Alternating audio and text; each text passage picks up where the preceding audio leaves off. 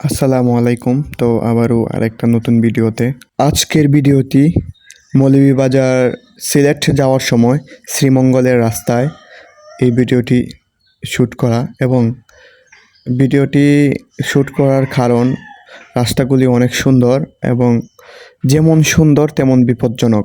আঁকাবাঁকা রাস্তা এবং চারদিকে চা বাগান, পাহাড় সব মিলিয়ে অনেক সুন্দর একটা রাস্তা।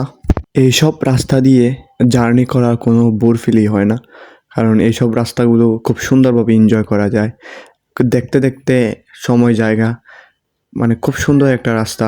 আর চারদিকে চা বাগান আর পাহাড় এবং আবার বিভিন্ন বাগানও রয়েছে, যেমন লেবু বাগান এবং আনারস বাগান, রাবার বাগান, সব মিলিয়ে অসাধারণ একটা রাস্তা। আমার এমনিতেও বাস জার্নিতে অনেকটাই অস্বস্তিকর ফিল হয়, বমি বমি ভাব আসে।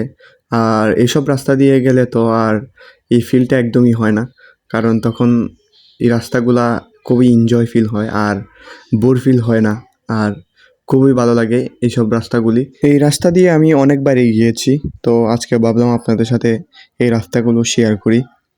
তো সত্যিই অসাধারণ একটা রাস্তা।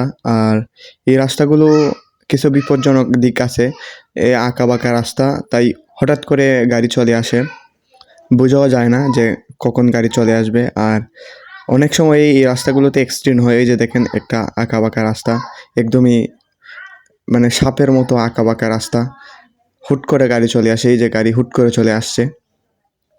তো একটু কন্ট্রোলিভাবে এই সব রাস্তাগুলো রিস্ক নিয়ে চালানো লাগে। আর তবে রাস্তাগুলো সত্যি অসাধারণ, আপনাকে জার্নিতে কোনোভাবেই বোর ফিল করবে না, এনজয় ফিল হবে।